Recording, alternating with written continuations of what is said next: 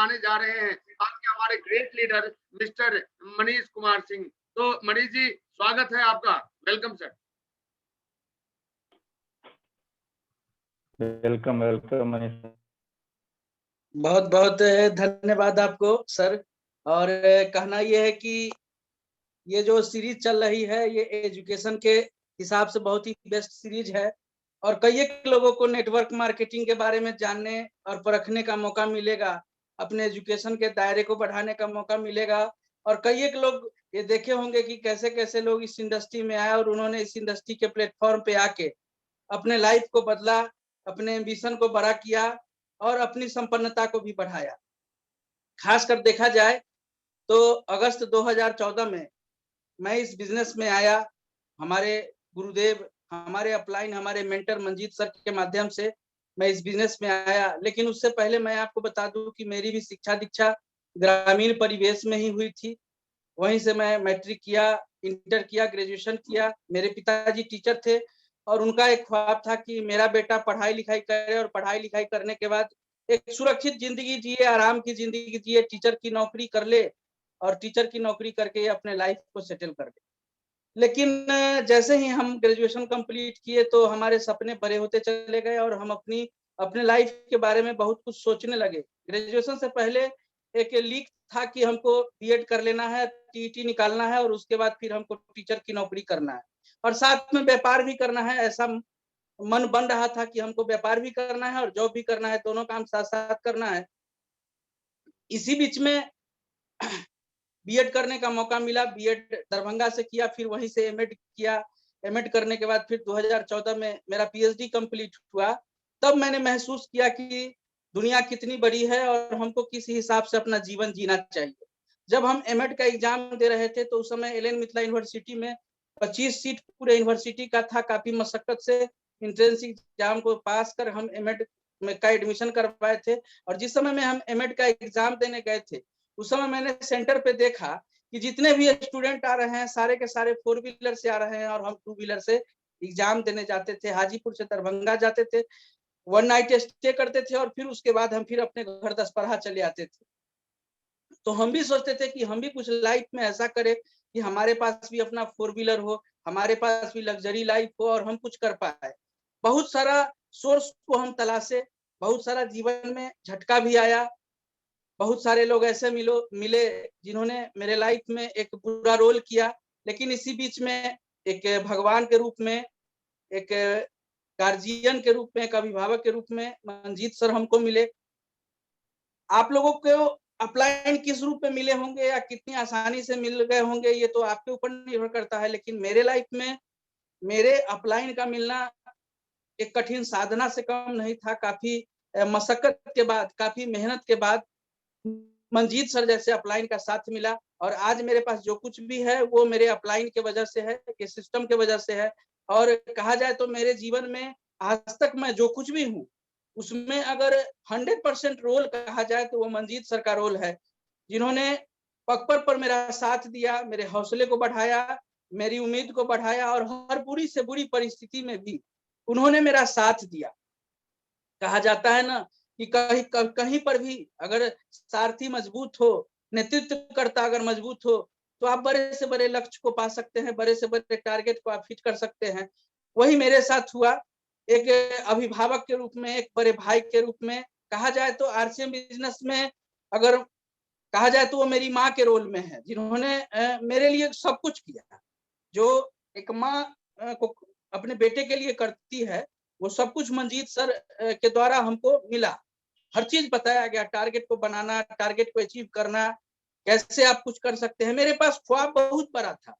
हम अपने लाइफ में बहुत बड़ा सोचते थे, बहुत कुछ पाना चाहते थे। अच्छा घर, अच्छा मकान, अच्छी गाड़ी, अपने देश के प्रति एक मजबूत कंट्रीब्यूशन, ये सब कुछ हम पाना चाह रहे थे। हम ये भी चाहते थे कि सैकड़ों लोगों को हमसे लाभ हो, लेकिन हमको कोई मजबूत रास्ता मिल रहा था, नहीं कोई मजबूत शख्सियत मिल रहा था।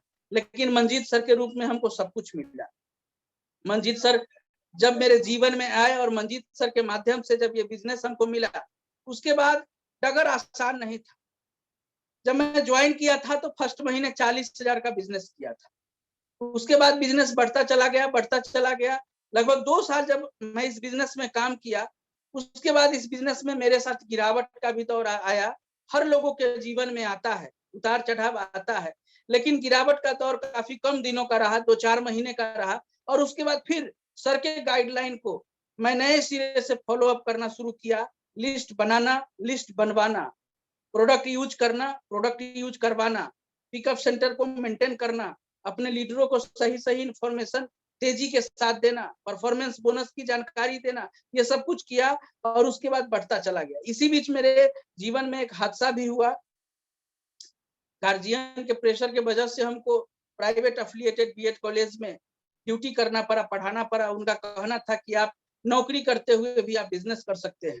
लेकिन जल्द ही हम इस बिजनेस में टेक्निकल क्वालिफाई किए और उसके बाद फिर से हमने बीएड कॉलेज जो प्राइवेट जॉब था उसको मैंने अलविदा कहा। आज भी मैं कई एजुकेशनल संस्थानों से जुड़ा हुआ हूँ। एक शौक है, एक जुनून है, चूंकि काफी दिन तक एमएड करने के बाद कई रिसर्च संगठन से जुड़े हुए रहे, बिहार इतिहास परिषद से जुड़े रहे, कई यूनिवर्सिटी से जुड़ा हुआ रहा तो वहां जाने आने का मौका मिलता है, कई प्राइवेट इंस्टीट्यूशन से भी जुड़ा हुआ रहा। लेकिन एक शौक है, एक पैशन है कि मैं वहां जाता हूँ। लेकिन आज मैं 100% आरसीएम बिजनेस करता हूँ, क्योंकि आज मेरे जीवन में जो कुछ भी है वो सब कुछ आरसीएम बिजनेस की वजह से। और ये मेरे लाइफ का एक रोल रहा। जब मेरे जीवन में रॉयल्टी आया, रॉयल्टी के बाद फिर टेक्निकल आया, टेक्निकल के बाद आज मैं इस बिजनेस में मार्च के महीने में इमराज लेवल को अचीव किया हूँ, अपने अपलाइन के मार्गदर्शन में और अपने अपलाइन के थ्योरी के बल पर। साथियों, इस बिजनेस में अगर आपको बहुत आगे जाना है, ये तो मेरे लाइफ का एक शॉर्ट बायोग्राफी था, बताना चाहूंगा तो बहुत कुछ बता सकता हूँ, आपको इससे बहुत प्रेरणा मिलेगी। कई बार मेरे जीवन में ऐसा भी आया जब मेरे जीवन में बहुत सारे लोगों ने लालच दिया, मनीष सर आप इतने दिनों से आरसीएम कर रहे हैं, मेरी कंपनी में आ जाइए, आप जैसा मेहनती आदमी मेरी कंपनी में आ जाएगा तो आपको बहुत पैसा मिले। लेकिन हम बोले कि नहीं, हम नहीं आएंगे। तो वो बोलते थे कि थोड़ा प्लान देख लीजिए ना। लेकिन उसी समय श्रद्धेय सुजीत सर की बात एक बार नमन करता हूं उनको, उनकी बात याद आई कि नहीं किसी अदर नेटवर्क मार्केटिंग कंपनी का प्लान देखना है, नहीं सुनना है। तो जब मैंने देखा ना सुना तो उन्होंने बोला कि ये काम कीजिए ना, आप देखिएगा ना सुनिएगा, आपके अपलाइन आपके हिप्नोटाइज किए हुए हैं, आपको सम्मोहित किए हुए हैं, तो 2000 का प्रोडक्ट हमसे ले लीजिए और इसको यूज कीजिएगा। मैंने बोला कि नहीं, आप फ्री में अगर 50,000 का भी प्रोडक्ट दे दीजिएगा, मैं किसी नेटवर्क मार्केटिंग कंपनी का प्रोडक्ट अपने घर में यूज नहीं करूँ। तो वो बोले क्यों? तो हम बोले कि हम भी इंसान हैं, कहीं आपका कोई प्रोडक्ट हमको अच्छा लग जाएगा। तो मैं कई लोगों से वादा कर चुका हूं कि मैं आपको आपके लाइफ में सक्सेस करूंगा। मैं कई लोगों का उम्मीद हूं, मैं कई लोगों का प्रेरणा हूं, और मेरे अंदर अगर भटकाव आ जाएगा तो उन लोगों का क्या होगा जिनसे मैंने कमिटमेंट किया है। चूंकि कई एक बार मंजीत सर के माध्यम से ये सुनने को मिला कि आज आप अपने जिंदगी में जो कुछ भी हैं अपने पूर्व में किए गए निर्णय और कार्यों के बल पर हैं, और आज जो आप कीजिएगा इसका फसल फिर आगे चल के काटिएगा। तो मैं उनको बताया कि मैं आपका प्रोडक्ट यूज करूंगा तो इसका फसल हम ही को काटना पड़ेगा, आप करोड़ों भी दे दीजिएगा तो मैं नहीं। हमारी कंपनी हम ही को मुबारक, आपकी कंपनी आपको मुबारक। ये बीच में एग्जाम का दौर आया। कई बार ऐसा हुआ जब कुछ रिलेटिव लोग मेरे यहाँ आ गए, बोले कि आप एक काम कीजिए, थोड़ा सा इनका सुन लीजिए, बड़ी मेहनत से आपके यहाँ आए हैं। हम बोले कि सर नहीं, न सुनूंगा, न देखूंगा, न समझूंगा, हमको मेरे हाल पे आप छोड़ दीजिए। ये बात मैं आपको क्यों कहता हूँ, नेटवर्क मार्केटिंग में आरसीएम बिजनेस के प्लेटफॉर्म पर, आरसीएम बिजनेस जैसे मजबूत बिजनेस के प्लेटफॉर्म पे आने के बाद, कुछ अचीवमेंट के लेने के बाद भी बहुत सारे लोग भटक जाते हैं।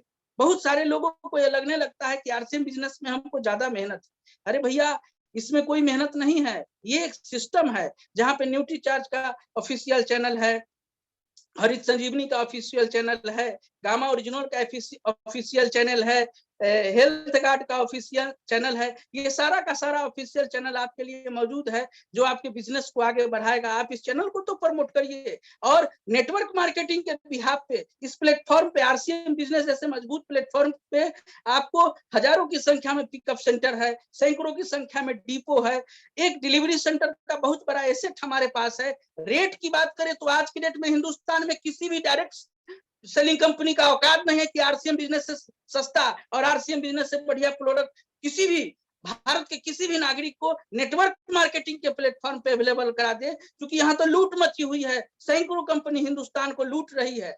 इसके बाद हमारे पास क्या है, हमारे पास बिजनेस वॉल्यूम अप्रोक्स हम 60% बिजनेस वॉल्यूम देते हैं। 10,000 डीपी का अगर ट्रांजेक्शन होता है, रुपया में 10,000 का ट्रांजेक्शन अगर हमारे टीम का होता है, तो 10,000 का जब ट्रांजेक्शन होता है तो 6,000 बिजनेस वॉल्यूम बनता है। 6,000 बिजनेस वॉल्यूम का लगभग 45%, लगभग 6-24 3,2700 रुपया बढ़ जाता है। जो पीयूसी हमारे सिस्टम में 3 लाख से ऊपर का सेल मेंटेन करते हैं, 10% उनको मिलता है, 1% डिपो को मिलता है। यानी 10,000 रुपया का जब ट्रांजेक्शन होता है तो उसमें 3,800 रुपया हमारे भारतीय समाज में बढ़ता है। ऊपर से कंपनी का लेप्सेशन कितना हुआ, ऊपर से कंपनी का लोड अनलोड का क्या खर्च हुआ, टैक्स कितना गया, जीएसटी कितना गया, ये सब कंपनी अपने स्तर पे बेयर करती है और इतना बड़ा पैसा बांट देती है सिस्टम में, डीपी का बांट देती है। यानी रुपया में अगर 100 करोड़ का अगर ट्रांजेक्शन होता है, रुपया में बीबी में नहीं, तो 38 करोड़ रुपया ये सिस्टम बांट देती है। इतना पैसा किसी भी डायरेक्ट सेलिंग कंपनी का औकात नहीं है कि आरसीएम बिजनेस से ज्यादा पैसा बांटते।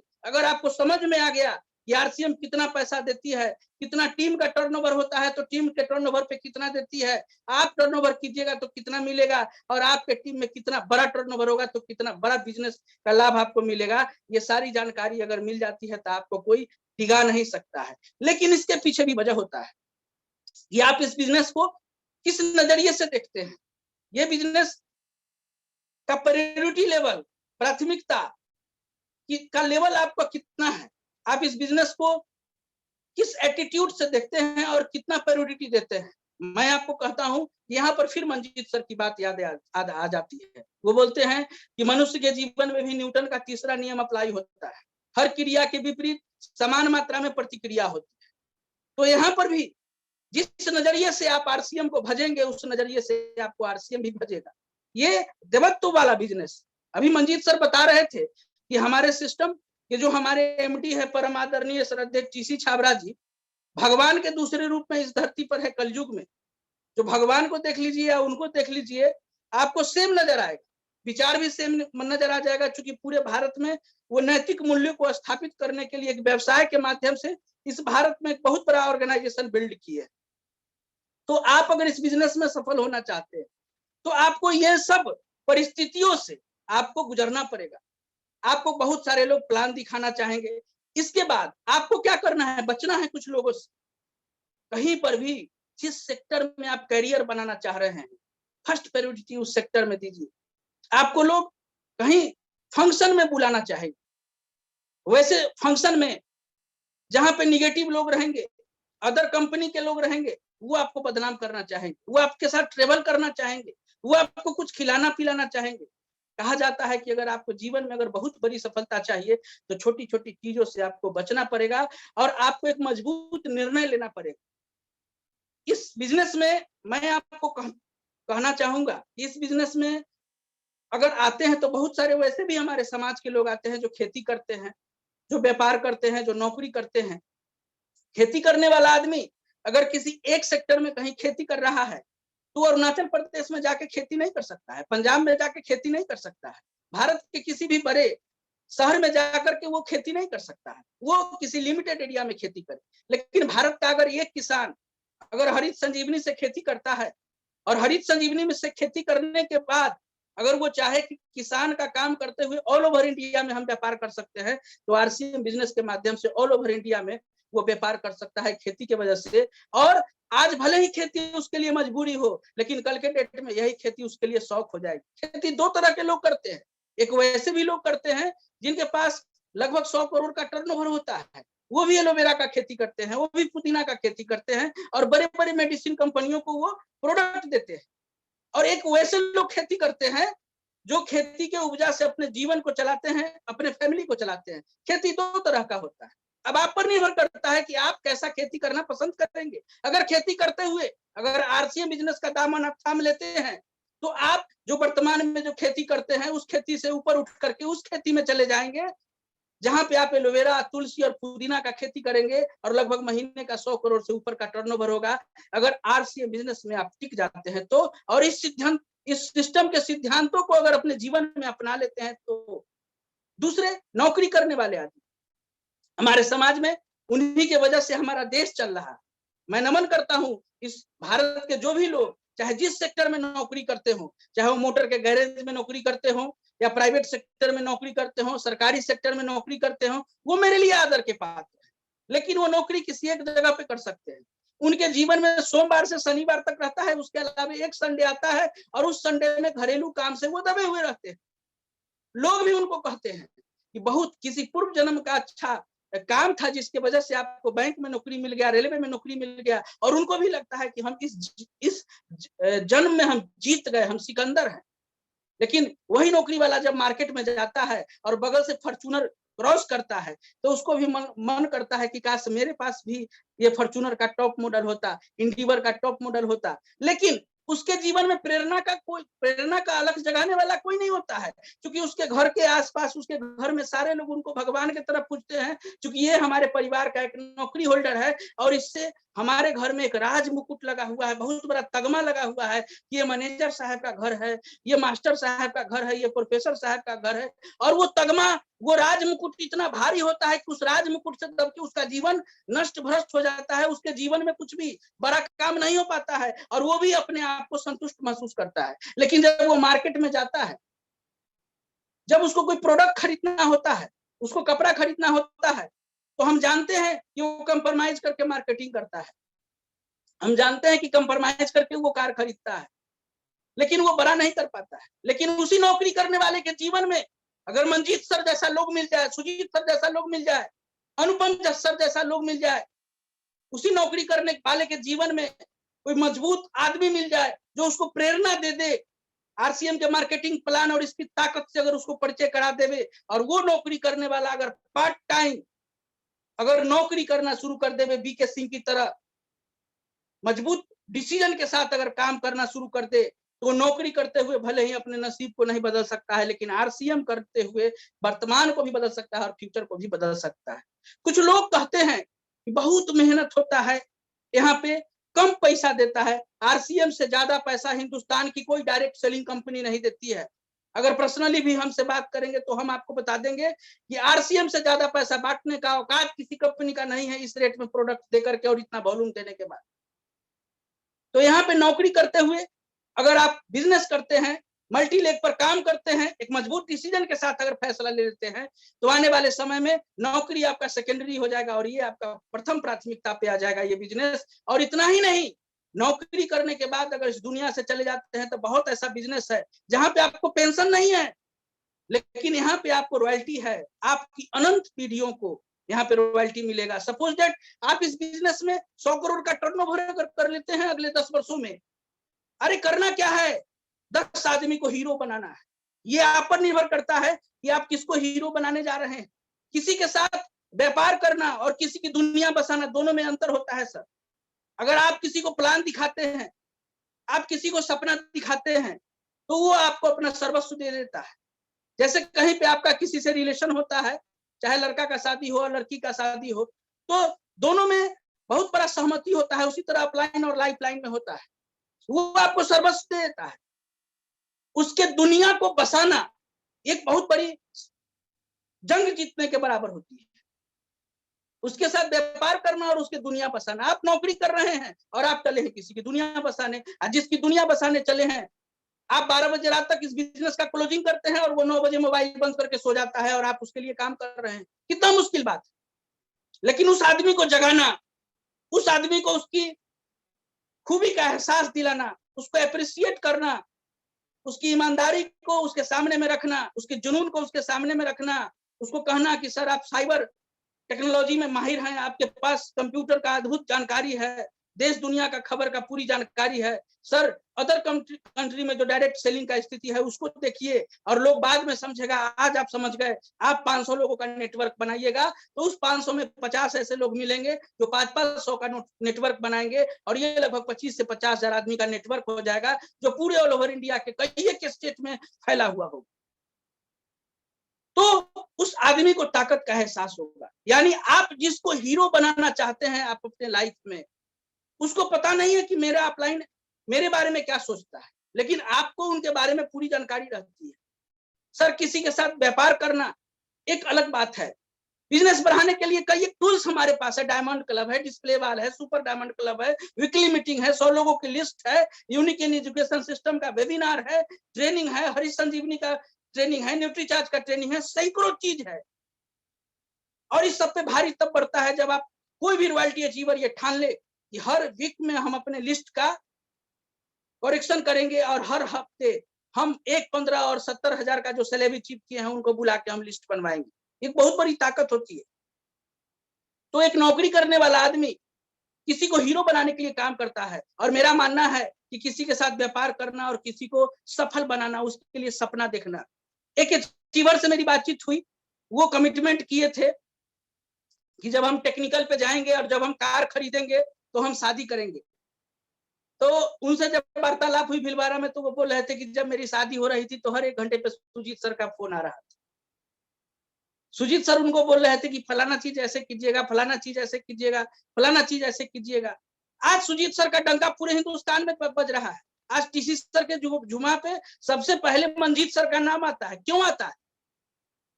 क्योंकि हमारे अपलाइन सिर्फ बिजनेस करना ही नहीं जानते हैं, हमारे अपलाइन किसी के जिंदगी को बसाना चाहते हैं। तो ये एक मजबूत स्ट्रेटजी, मजबूत पक्ष आपके जीवन का होना चाहिए। लोगों को ये लगे कि ये जो बंदा है इसके साथ अगर कोई सटेगा तो उसको ये आगे बढ़ा लेगा। जिस दिन आपका एक ब्रांड बन जाता है, आपके टीम का सक्सेस रेशियो बढ़ जाता है, आपके टीम में पैसा कमाने वाले लोगों की संख्या बढ़ जाती है, उस दिन से आपको इस बिजनेस में कम समय में बड़ा काम करने से दुनिया की कोई ताकत नहीं रोक सकती है। तीसरे कैटेगरी के लोग होते हैं हमारे समाज में जो व्यापार का काम करते हैं, वो भी मेरे लिए नमन का पात्र है। चाहे वो परचून का दुकान हो, चाहे वो ठेला लगाते हैं। अभी कोरोना के समय में ठेला पे बहुत सारा सामान बिकता है, लोग आते हैं, ठेला पे सब्जी बेचते हैं, ठेला पे फल बेचते हैं, ठेला पे आम बेचते हैं, हर कुछ बेचते हैं। वो हमारे समाज को सर्विस दे देते हैं। बहुत सारे वैसे लोग हैं जो दिन भर गांव शटर गिरा देते हैं और बगल में ऐसे तौलिया से मुंह लपेट कर कोना में बैठल रहते हैं। पुलिस आता है, पुलिस का गाड़ी देख लेता है कि दुकानदार है, लेकिन कुछ नहीं बोलता है, चुपचाप अकेले बेचारा बैठा हुआ है दुकान के बगल में। करोड़ों का पूंजी लगा हुआ है सर, अरबों रुपया लगा हुआ है, 5 बैंक का कर्जा है सर। हम मार्केट में जाते हैं एक एक आदमी से, हमको बहुत लोग आरसीएम वाले के नाम से जानते हैं कि वो आरसीएम वाले हैं, फोन कीजिए। हमारा नाम जब कोई मोबाइल में सेव करता है ना, तो उसमें पहले आरसीएम लिखता है, तब डॉक्टर मनीष लिखता है, क्योंकि ये मेरा पहचान है और इसी की वजह से हम जाने जाते हैं। उन लोगों से जब बातचीत होती है तो बोलता है कि बैंक ऑफ बड़ौदा से भी सीसी है, सेंट्रल बैंक से भी सीसी है, और वो लोग दिन भर उस धूप में तौलिया से मुंह लपेट लेता है और अकेले बैठता है, नौकर को नहीं रखता है, क्योंकि 2 आदमी रहेगा तो पुलिस उठा लेगा। एक आदमी है बैठा हुआ, सैनिटाइजर, स्प्रे, सारा चीज लिए हुए है, और वो आदमी दुकान चला रहा है, बच के दुकान चला रहा है। वो भी मेरे लिए श्रद्धा का पात्र है, क्योंकि वो भी इस बिजनेस के माध्यम से अपने लाइफ को बदल सकते हैं, लेकिन बदलना चाहे तो। ये सब कुछ निर्भर करता है कि उनको अपने लाइफ के प्रति एटीट्यूड क्या है, वो नजरिया क्या है, वो अपने लाइफ के बारे में क्या सोचते हैं। सर, सोचिएगा तो होगा, नहीं सोचिएगा तो नहीं होगा। सोचिएगा तभी वो लक्ष्य में कन्वर्ट होगा, टाइम के साथ कन्वर्ट हो जाएगा लक्ष्य में, और फिर आप रिजल्ट को प्राप्त कर लीजिएगा। तो वो दुकानदार अगर एक फैसला लेते हैं अपने जीवन में कि हम दुकान चलाएंगे, हम दुकान बंद नहीं करेंगे। सर, छत पर अगर जाना है तो सीढ़ी तोड़ के आप छत पे नहीं जा सकते हैं, सीढ़ी से जा सकते हैं। तो वो जो दुकान है वो आपकी जरूरत को पूरा करेगा, आपके ड्रीम को पूरा नहीं करेगा। और दूसरा, दुकान चलाते हुए अगर वो डिसीजन ले लेते हैं कि हम नेटवर्क करेंगे, आरसीएम बिजनेस करेंगे, तो नेटवर्क अगर वो करने के लिए तैयार हो जाते हैं तो ये बिजनेस उनके लिए बहुत बड़ा वरदान साबित हो सकती है। सपोज डेट कि वो दुकान अगर हाजीपुर में चला रहे हैं, पटना में चला रहे हैं, तो 10-20 किलोमीटर के रेडियस के लोग ही उनके पास आ सकेंगे। लेकिन आरसीएम बिजनेस अगर वो पार्ट टाइम इस डिजिटल समय में अगर करना चाहें तो पूरे भारत में कहीं पर भी उनका दुकान चल सकता है बिना पूंजी का। और एक समय ऐसा आएगा कि वो 12 घंटा अपना दुकान में बैठ के जितना नहीं कमाते हैं ना, उससे 10 गुना ज्यादा, 1000 गुना ज्यादा इस बिजनेस में वो कमा सकते हैं। और सिर्फ पैसा नहीं कमा सकते हैं, दुकान चलाने वाले आदमी को अगर बोल दीजिए कि 15 दिन के लिए थोड़ा यूपी घूम के आ जाइए, 10 दिन के लिए थोड़ा सा भागलपुर घूम के आ जाइए, 10 दिन के लिए ऊटी चले जाइए, वो नहीं जा पाएंगे। अगर वहां जाएंगे दिन भर में 75 बार कॉल आता है, फलाना स्टाफ गड़बड़ा दिया, फलाना जगह ट्रांसपोर्ट में माल अटक गया, एक्साइज वाला आ गया है, इनकम टैक्स वाला आ गया है। मतलब कि वो जिंदगी में कहीं पर भी जाते हैं, उनका दर्द उनका साथ नहीं छोड़ता है। लेकिन आरसीएम बिजनेस में अगर वो दुकान चलाते हुए अगर एक डिसीजन ले लेते हैं, मजबूत डिसीजन ले लेते हैं कि हमको हर हालत में इस बिजनेस के माध्यम से अपने करियर को बदल देना है, अपने तकदीर को बदल देना है, तो ये बिजनेस एक बहुत बड़ी अपॉर्चुनिटी उनके लाइफ में साबित हो जाती है। इसके बाद उनको ये सोचना है कि ये बिजनेस उनको क्या क्या दे सकता है आने वाले समय में। तो ये बिजनेस उनको सिक्योरिटी दे सकता है, ये बिजनेस उनको टाइम फ्रीडम दे सकता है, हर चीज ये बिजनेस उनको दे सकता है। लेकिन अब प्रश्न ये उठता है कि नौकरी करने वाले, खेती करने वाले, व्यापार करने वाले लोग इस बिजनेस में आते हैं तो ये फलाना फलाना उनके जीवन का पार्ट्स बन सकता है। लेकिन इसके अलावे भी कुछ ऐसा गुड रहस्य है इस बिजनेस का, जिससे मैं आपको आज परिचित कर रहा हूँ। देखिए सर, इस बिजनेस का सबसे बड़ा गुड रहस्य है आपकी कंसिस्टेंसी। बहुत सारे लोग 10 दिन काम करते हैं और 5 दिन आराम करते हैं। ये एक मेंटेलिटी है हमारे सोसाइटी का। कई एक जगह हम देखे हैं नेटवर्क मार्केटिंग में, कई एक जगह देखे हैं ट्रेडिशनल बिजनेस में, आदमी का अकाउंट का पैसा जब तक खत्म नहीं होता है तब तक वो फिर से काम करने के लिए तैयार नहीं होता है। आदमी के पास जमा पूंजी जब खत्म हो जाती है तब वो काम करने जाता है। नहीं, आरसीएम बिजनेस आपको रेगुलर करने का चीज है, पूरे धैर्य और विश्वास के साथ। जितने भी आरसीएम के कोर लीडर हैं उनके बैकग्राउंड को आप चेक कीजिए, खासकर सुजीत सर के बैकग्राउंड को चेक कीजिए, मंजीत सर के बैकग्राउंड को चेक कीजिए। बहुत सारे वैसे लोग हैं जिनके बैकग्राउंड को अगर आप चेक कीजिएगा तो बहुत आश्चर्यजनक बातें आएंगी। अभी मंजीत सर बोल रहे थे कि 17 साल से हम इस बिजनेस में हैं। सर 10 दिन बिता देना किसी के साथ बहुत मुश्किल होता है और 17 साल से हैं तो सोचिए कि कितने धैर्य और पेशेंस के साथ हैं। नेटवर्क मार्केटिंग में पैसा आपके काम का आता है और आपके टीम के भी काम का आता है, और जहां आप काम नहीं करते हैं उसका भी आता है। तो जब पैसिव इनकम को आपको जनरेट करना है, पैसिव इनकम को आपको लेना है, तो यहाँ पे आपको पूरे धैर्य और पेशेंस के साथ सिस्टम पर बने हुए रहना पड़ेगा। एक कलम को अगर छोड़िएगा तो जमीन पे गिर जाती है और सैकड़ों टन का जहाज हवा में उड़ता है। क्यों? सिस्टम के वजह से। आज हम हैं तो ये मेरा वेबिनार चल रहा है, हम अपने बारे में आपको बताए, सिस्टम के बारे में बताए, सिस्टम क्या दे सकता है इसके बारे में आपको बताए, अपलाइन का रोल आपके जीवन में क्या हो सकता है ये मैंने बताया। लेकिन जिस दिन हम नहीं रहेंगे उस दिन भी मेरा बिजनेस चलेगा और इसकी गवाह पूरी दुनिया होगी। क्यों? क्योंकि हम सिस्टम पर हैं और ये सारे लोगों का बिजनेस सिस्टम ही चलाएगा। और ये सिस्टम कैसे चलाता है? तो सिस्टम तब चलाएगा जब आप सिस्टम को फॉलो करेंगे। सिस्टम को फॉलो करने के लिए अपलाइन के साथ कम्युनिकेट रहिए, जो यूट्यूब चैनल्स है उनके साथ कम्युनिकेट रहिए, अपलाइन के साथ मिलते जुलते रहिए। टीम में जो आपके वरिष्ठ साथी स्टार इमराल्ड हैं, रूबी हैं, स्टार रूबी हैं, उनके कांटेक्ट में अपने रॉयल्टी अचीवर को लाइए, तो आपका बिजनेस ऑटो रोटेट होता चला जाएगा। अब कल्पना कीजिए कि हम इस बिजनेस में इमराल्ड अचीवर हैं, हम किसी अपने रॉयल्टी अचीवर को मोटिवेट करते हैं और खुदा न खास्ते अगर वो कहीं मंजीत सर से टकरा जाए तो हम जितना इस बिजनेस को समझा पाएंगे उससे कई एक गुना, हजारों गुना मंजीत सर उनको विजन दे देंगे।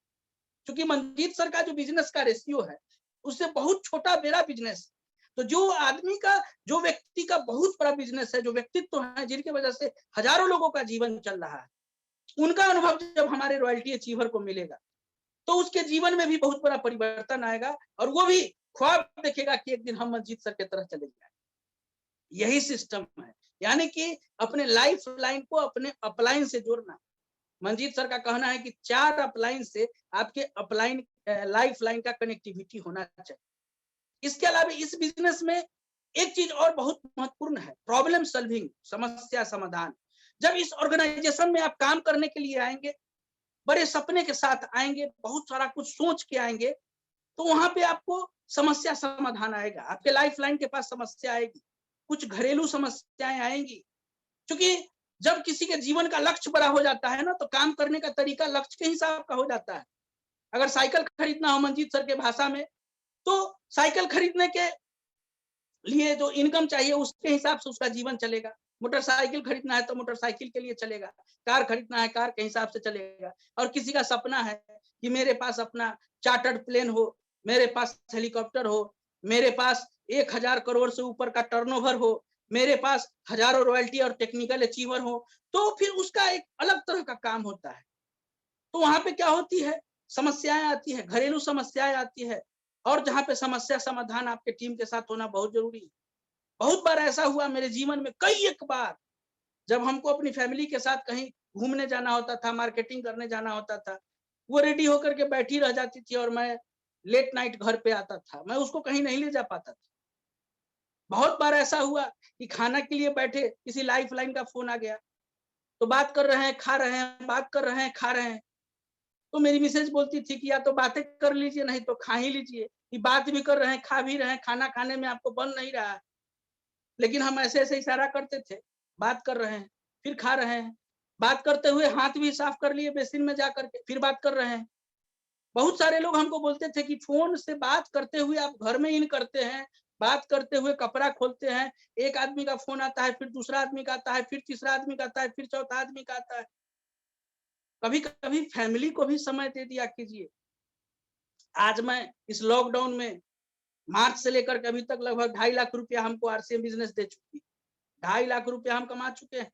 काम की बात करें तो हमको लगता है 10 दिन भी हम फील्ड में नहीं गए हैं, और फील्ड में भी गए हैं तो अपना 10 लाख का कार है फोर्ड का, वो उस कार से हम गए हैं। जब हम कार खरीद रहे थे, ढेर सारे रिलेटिव हमारे पिताजी को आए समझाने कि शुरुआत है, थोड़ा सस्ता गाड़ी होगा ना तो अच्छा रहेगा, अल्टो कहिए खरीद लेगा या वैगन आर खरीद लेगा। तो हमको शुरू से ही कुछ प्रीमियम चीजें यूज करने का शौक था। जो नॉर्मल इनकम से संतुष्ट हम नहीं हो सकते थे, नॉर्मल काम करके हम अच्छा नहीं कर सकते थे। या तो हम सेडान में डिजायर लेने के पक्ष में थे, और नहीं तो हैचबैक कार में। हमको फोर्ड का गाड़ी बहुत पसंद था, क्योंकि मंजीत सर के साथ हम कई दफा फोर्ड की गाड़ी में सफर कर चुके थे। तो हम गए और हम सीधे सीधे बोले कि हमको फोर्ड का कार, हमको जो CUV है, न्यू आया है टॉप मॉडल का, वो हमको दीजिए। और वो कार हम पिछला लॉकडाउन में खरीदे हैं, जिस समय लोग पैसा बचाने के लिए चिंतित रहा करता था। लोग कहता था कि ना ना ना अभी घर न बनाइएगा, अभी फलना काम नहीं कीजिएगा, अभी बैंक में पैसा सजा के रखिए, कब क्या हो जाएगा कोई नहीं जानता है। हम जब कार खरीदे तो बहुत लोग कहा कि सनकल है क्या, काहे कार खरीद रहे हैं, अभी बहुत सारा लोग विपत्ति में पड़ा हुआ है और आप कार खरीद रहे हैं। हम बोलते थे कि आरसीएम बिजनेस है, आरसीएम बिजनेस में सब कुछ संभव है, आप बिल्कुल मेरे लिए टेंशन नहीं लीजिए। आपको अगर ज्यादा चिंता है तो अपना बाल बच्चा परिवार का कीजिए, हमारा चिंता करने के लिए मंजीत सर पटना में बैठे हुए हैं, टीसी सर भिलवाड़ा में बैठे हुए हैं। और बात रहा पैसा का, तो यही समय है प्रदर्शन करने का, झमकाने का यही समय है। लोग अखनी काह काट रहा है और आज हमारे घर में लाखों रुपया आ रहा है। अखनियों से जुड़ जाइए और काम कीजिए तो हमारे जैसा हो जाइए। और आज हम 10 दिन 15 दिन लगभग निकले हैं, अब तो खुद से कार ड्राइव करते हैं। हमको एहसास होता है कि पूर्व में हम क्या थे और आज सिस्टम और ऑफलाइन की वजह से आप क्या है, हम क्या है। अभी जस्ट 4 से 5 दिन पहले हम मंजीत सर से चर्चा भी किए हैं। फर्स्ट टाइम अपने माता पिता को अपने कार से बैठा के हम हाजीपुर लाए हैं। घर पे गए हुए थे, वहां पे हमारा खेत है, खलिहान है, वहां पे अनाज वगैरह बेचना था, तो वहां पे हमारे माँ पिताजी गए हुए थे, और उधर से जब हम लाए तो अपने से कार ड्राइव करके लाए। एक टीचर की नौकरी करके ये संभव नहीं था। 6-6 महीना पर टीचर को सर पेमेंट मिलता है, 7-7 महीना पर टीचर को पेमेंट मिलता है। कमाए हुए पैसे को भी लेने के लिए काफी मशक्कत करना पड़ता है, हड़ताल करना पड़ता है, दबाव बनाना पड़ता है। लेकिन आरसीएम बिजनेस में आप आते हैं और एक फैसला ले लेते हैं, एक डिसीजन ले लेते हैं कि हम आरसीएम बिजनेस में टिके हुए रहेंगे, सीखते रहेंगे, गतिशील रहेंगे। बहुत सारे लोग पूछते हैं आकर के कि जुड़ जाएंगे, साल 2 साल में 25-30 हजार आने लगेगा ना। एक बहुत खतरनाक क्वेश्चन फील्ड से आता है कि साल 2 साल में 25-30 हजार रुपया आने लगेगा ना। अरे भैया, यहाँ समय बिताने का पैसा नहीं मिलता है। 6 महीना में उतना बिजनेस कीजिए, 6 महीना में 25-30 हजार आने लगेगा। और 6 महीना में अगर चाहते हैं 1 लाख रुपया कमाना, तो वो भी व्यवस्था आरसीएम बिजनेस के पास है। यहाँ टाइम बिताने का पैसा नहीं मिलता है। तो आपको ये सब एक प्लेटफॉर्म जनरेट करना पड़ेगा आरसीएम बिजनेस पे। और यहाँ पे आपको क्या करना पड़ेगा कि आपके टीम में जो भी, अगर आप टेक्निकल अचीवर साथी हैं तो लीडरशिप एंड एबव, अगर आप रॉयल्टी अचीवर हैं तो बिगिनर एंड एबव का वीकली मीटिंग कीजिए। वीकली मीटिंग में हर आदमी से आप बात कीजिए कि आपका बिजनेस का स्टेटस क्या है, आपके टीम में डिस्ट्रीब्यूटर साथी कितने हैं, कितने एक्टिव परचेजर हैं, कितने डायमंड क्लब हैं, कितना डिस्प्ले वाला है। अगर 4 डिस्प्ले वाला है तो कम से कम इसको 10 में तब्दील कीजिएगा, तो ये आपके पास ये इनकम आएगा। और ये ग्राफ रहा तो 1 साल में ये हो सकता है। ये कौन बताएगा? एक रॉयल्टी अचीवर अपने उस साथी को बताएगा जिसका स्लैब अभी 70,000 है, 40,000 है और एक 15 है। एक टेक्निकल अचीवर साथी जब बैठेगा तो अपने लीडरशिप को बताएगा, वाइटल को बताएगा, एक 15 वाले को बताएगा कि आपके टीम में अगर 12 डिस्प्ले वाले हैं तो इसको 20 में कन्वर्ट करना है। तब जाकर के आपका बिजनेस गतिशील रहेगा। आप गतिशील रहिएगा। और ये होगा कैसे? प्रॉब्लम सॉल्विंग, समस्या समाधान वीकली मीटिंग में होता है। मंजीत सर बहुत डीपली इसके बारे में बताते हैं कि सिटिंग कीजिए, वीकली सिटिंग कीजिए, बैठिए। सर परिवार के साथ बैठने का समय है तो लाइफ लाइन के साथ भी बैठने का समय होना चाहिए। कभी भी अगर सिटिंग कर रहे हैं, अगर 2 घंटा रिजर्व कर लिए तो 2 घंटा अपने टीम के डिस्ट्रीब्यूटरों के नाम, उसमें किसी दूसरे चीज की चर्चा नहीं होनी चाहिए। चर्चाएं क्या चीज की होनी चाहिए? चर्चा होनी चाहिए डायमंड क्लब किसके पास कितना है, किनके पास कितना पैसा जा रहा है, किनको किस स्लैब पे रखना है। और आपका टारगेट होना चाहिए कि आप हीरो किसको बनाना चाहते हैं। टेक्निकल अचीवर के पास एक सपना होना चाहिए कि इस आदमी के जीवन को हमको सफल बना देना है, इस आदमी को संपन्न बनाना है। इस व्यक्ति को, ये मीटिंग में आ रहे हैं, ये ड्रेस कोड को मेंटेन करते हैं, ये आरसीएम का परम भक्त आदमी है। हम मानते हैं कि बिजनेस का सारा क्राइटेरिया उस व्यक्ति में नहीं होगा, लेकिन कुछ जरूर होगा, उसी के दम पर उसको निकालना है। देखिए सर, इस दुनिया में सारे लोग सर्वगुण संपन्न नहीं है, कुछ गुण भी है तो कुछ अवगुण भी है। मेरे पास भी अवगुण है। हमको लगता है कि जितना फटकार हमको मंजीत सर से मिलता है उतना फटकार हमको जीवन में किसी से नहीं मिला है। हमारे घर में अगर हमसे कुछ गलती हो जाती है तो मेरी वाइफ बोलती है कि अब मंजीत भैया को फोन जाएगा तो हम शांत हो जाते हैं। हम उसके बाद हम नॉर्मल हो जाते हैं कि कहीं हो ना हो, कहीं फोन कर दे, पप्पे फोन कर दे वहां पर तो जुलूम हो जाएगा। तो ये जीवन में होता है ना। संजय सर मेरे मुस्कुरा रहे हैं, ये जीवन में होता है ऐसा, है ना। तो आपको भी ऐसा करना पड़ेगा। आपके लाइफ लाइन के पास लिस्ट बनाने का क्षमता है, लोगों को कैरी करने का क्षमता है। अब प्लान दिखाने नहीं आता है, लोगों को बुलाने आता है, समझाने आता है, यूट्यूब चलाने आता है और प्लान दिखाने नहीं आता है। तो कभी भी उसको लाइफलाइन के सामने में इग्नोर नहीं कीजिए, उसका प्रशंसा कीजिए कि आपके लीडर बहुत उत्साही हैं, आपके लीडर बहुत सक्षम हैं।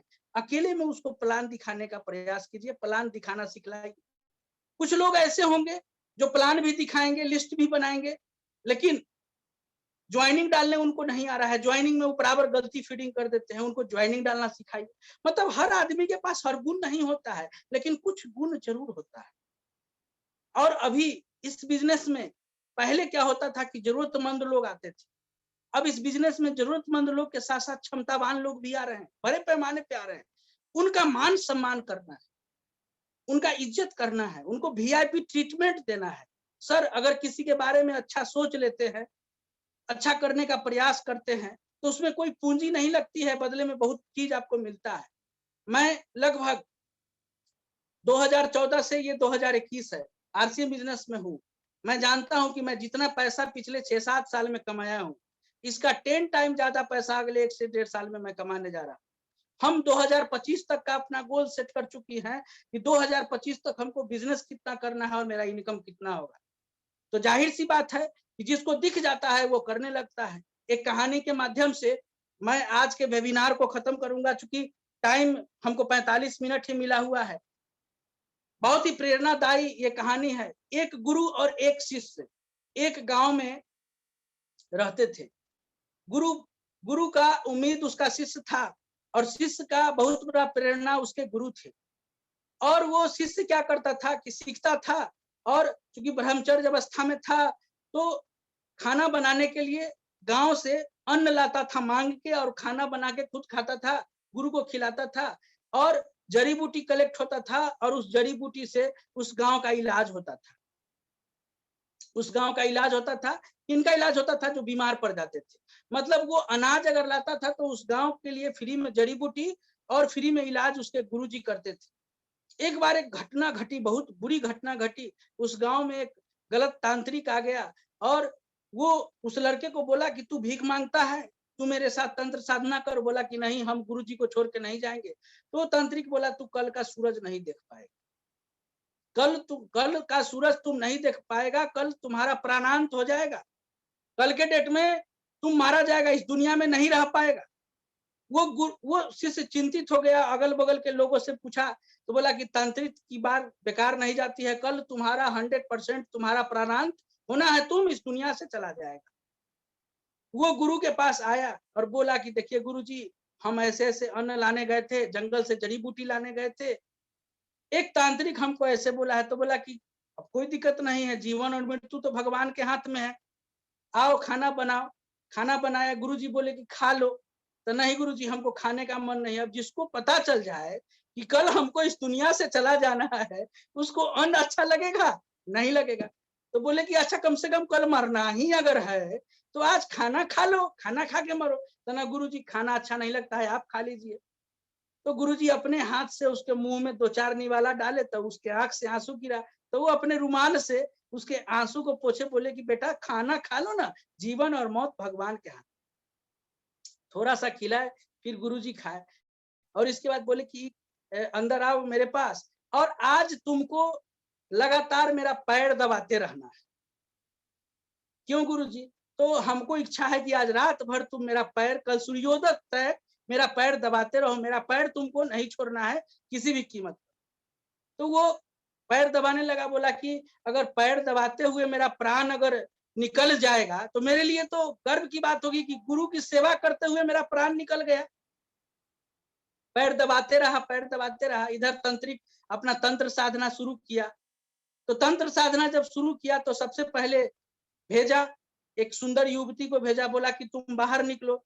तो बोला कि नहीं, हम बाहर नहीं निकल सकते हैं, क्योंकि हमको गुरु का आदेश है कि हम पैर छोड़ करके इनका नहीं निकलेंगे।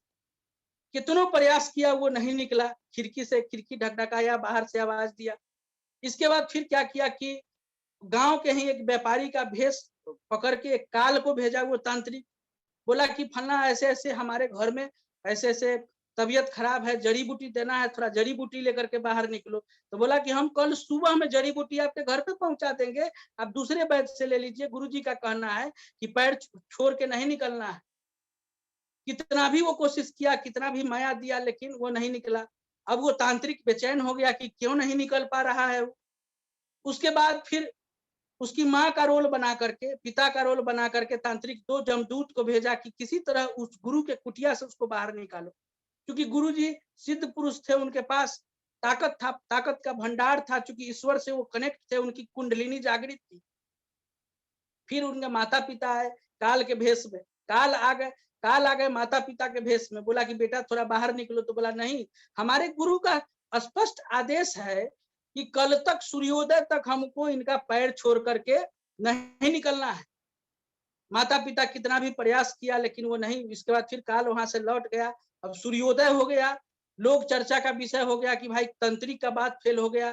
तांत्रिक भी आश्चर्य में पड़ गया, सारे लोग आश्चर्य में पड़ गए। तो गुरुजी से पूछा कि हमारी मृत्यु क्यों नहीं हुई? तो गुरुजी बोले कि आप रात भर हमने बोला कि आप पैर दबाइए, आप पैर दबाते रह गए, इसी वजह से आपकी मृत्यु नहीं हो पाई। अगर आप मेरा पैर छोड़ करके उस सुंदर युवती के पीछे चले जाते या किसी के पीछे चले जाते तो आपकी मृत्यु हो जाती। उसी तरह आरसीएम बिजनेस का मूलभूत सिद्धांत है कि इसको पकड़ लीजिए, इसको किसी कीमत पर आप नहीं छोड़िए। बीच में भटकाने वाले सैकड़ों लोग आएंगे जो तुरंत तुरंत आपको अरबपति बनाने का ख्वाब करेंगे। हमको बहुत लोग बोला कि आप अगर मेरे कंपनी में होते ना तो बादशाह होते। हम कहीं पर कुछ हमसे नहीं होता, यहाँ पर भी हो रहा है। तो ये सिस्टम बिजनेस कर रहा है, हम तो प्लान दिखा रहे हैं, काम तो प्रोडक्ट कर रहा है। आज के डेट में सर, एक समय था, जाते जाते एक बात आज आप लोग को कह के जा रहे हैं। एक समय था जो बिजनेस अगर 1 लाख किसी का होता था तो 5,000 बीबी न्यूट्री चार्ज से होता था। आज 1 लाख में 25,000 बीबी न्यूट्री चार्ज का हो रहा है। और आने वाले समय में किसी का 1 लाख बीबी क्लोज होगा तो 80,000 बिजनेस वॉल्यूम न्यूट्री चार्ज का होगा। मैं आज आपको कह रहा हूं, क्योंकि न्यूट्री चार्ज का कोई सब्स्टिट्यूट मार्केट में नहीं है आज के डेट में। गामा ओरिजिनल का कोई सब्स्टिट्यूट नहीं है। पहला बार आपको समझाना पड़ेगा, पहला बार आपको उसके घर में प्रोडक्ट को ले जाने के लिए यूट्यूब दिखलाना पड़ेगा, ऑफिशियल चैनल न्यूट्री चार्ज का दिखलाना पड़ेगा, ईसा वशिष्ठ का जो वीडियो है वो दिखलाना पड़ेगा। उसके बाद वो प्रोडक्ट उसको स्वतः बुलाएगा। तो आने वाले समय में ये जो सिस्टम है उसको पकड़ लिए, अगर उसका पैर नहीं छोड़े, मंजीत सर का पैर पकड़ लिए, यानी अपने अपलाइन को पकड़ लिए, हम तो पैर पकड़ लिए, क्योंकि हमको उनके चरण में ही हमारा स्वर्ग नजर आता है। क्योंकि अपलाइन लाइफलाइन के रिलेशनशिप के अलावे भी मेरे जीवन में उनका बहुत बड़ा रोल है और मेरे परिवार में भी बहुत बड़ा रोल है, उनका बहुत बड़ा रोल है। तो अगर इस सिस्टम को आपने पकड़ लिया, बड़े पैमाने पर इस सिस्टम को एडॉप्ट कर लिया, तो आने वाले समय में इस बिजनेस में आप टाइकून बन जाएंगे। और एक चीज हमेशा याद रखिएगा, अपने लाइफ में सारे leadership, royalty achiever, vital achiever याद रखिएगा, जिसको आप लाए हैं ना उसके दुनिया बसाइए, उसके लिए सब कुछ कीजिए। जो एक बाप अपने बेटा के लिए करता है, जो एक बड़ा भाई छोटा भाई के लिए करता है, जो एक गुरु पढ़ने वाले स्टूडेंट को लीजर घंटी में भी बुला के पढ़ाता है। टिफिन में भी जो तेज स्टूडेंट थे, टीचर उनके पास चले जाते थे और बोलते थे कि बेटा तुमको कोई प्रॉब्लम है तो बोलो, तो उसको एक्स्ट्रा पढ़ाते थे। हम जब मिडिल स्कूल में थे, हाई स्कूल में थे, बीएड किए, एमएड किए, जिसका सिनॉप्सिस, पीएचडी किए, जिसका सिनॉप्सिस अच्छा रहता था, उसका गाइड बहुत खुश हो जाया करता था। इंटरव्यू में जो अच्छा बोलता था, इंटरव्यू के बाद भी जो टीम होता था अदर यूनिवर्सिटी का, बुला के उससे पूछता था। कई बार हमको भी ऐसा मौका मिला, हम भी ऐसा महसूस किए। ये सब आरसीएम बिजनेस का देन था। तो जो आपके पास आया है, टारगेट होना चाहिए। सर व्यापार एक अलग चीज है, व्यापार के वजह से ही सब कुछ है, लेकिन माइंड सेट होना चाहिए कि आप उसको बसा दीजिए। सर अगर आप किसी को बसा दिए ना, तो फिर आपको दुनिया में आगे बढ़ने से कोई नहीं रोक सकता है। ब्रांड बन जाइएगा। आप 5 लोगों को टेक्निकल अचीवर बना दीजिए। 5 लोगों को टेक्निकल अचीवर बनाने के बाद फिर 5 लोगों का सिलेक्शन कर लीजिए, क्योंकि ये सफलता एक यात्रा है। अगर आप इमराल्ड हैं, अगर आप स्टार इमराल्ड हैं, तो जो एक रॉयल्टी अचीवर कर सकता है, उससे कई गुना ज्यादा आप इस बिजनेस में कर सकते हैं अपने टीम के लिए। आप सुपर पावर हैं, आप ब्रह्मोस मिसाइल हैं, आप कुछ भी कर सकते हैं। एक रॉयल्टी अचीवर जितना मेहनत करेगा, उससे ज्यादा मेहनत एक टेक्निकल अचीवर कर सकता है, उससे ज्यादा कर सकता है। सिस्टम को जिस समय फॉलो अप करना पड़े, सिस्टम के हिसाब से काम करना पड़े, आप कीजिए।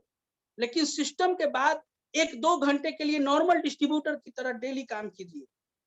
जब हम लोग पार्ट 1 में थे तो उस समय था क्वालिटी डिस्ट्रीब्यूटरशिप, 2 ज्वाइनिंग और 1,000 की खरीदारी। ये क्या था? टीसी सर जमीन से जोड़े हुए रखते थे, है ना? तो ये बहुत बड़ी चीज होती है। अगर आप रॉयल्टी अचीवर हैं तो आपका जितना वाइटल अचीवर कर सकता है, उससे ज्यादा आप टीम के लिए कर सकते हैं। आप अगर टेक्निकल अचीवर है तो टारगेट कर लीजिए कि वीकली मीटिंग में जो नया लोग आएगा उसका लिस्ट हम अपने देखरेख में बनवाएं। हम लिस्ट बनवाएं। लिस्ट बनाने से ज्यादा लिस्ट बनवाना महत्वपूर्ण है। आप अगर चाहते हैं कि 1 साल में बड़ी सफलता आवे, तो सब कुछ अपने जिम्मेवारी पे ले लीजिए। कभी भी अपने फ्यूचर को अपने लाइफ लाइन में वैसे व्यक्ति के जिम्मेवारी पे नहीं छोड़िए जिसका इनकम आज के डेट में 10,000 है, 15,000 है।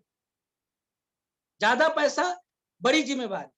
कहने के लिए तो बहुत सारी बात है, आज वेबिनार था, लेकिन कुछ ट्रेनिंग का पार्ट्स भी हम अपने हिसाब से बोल दिए।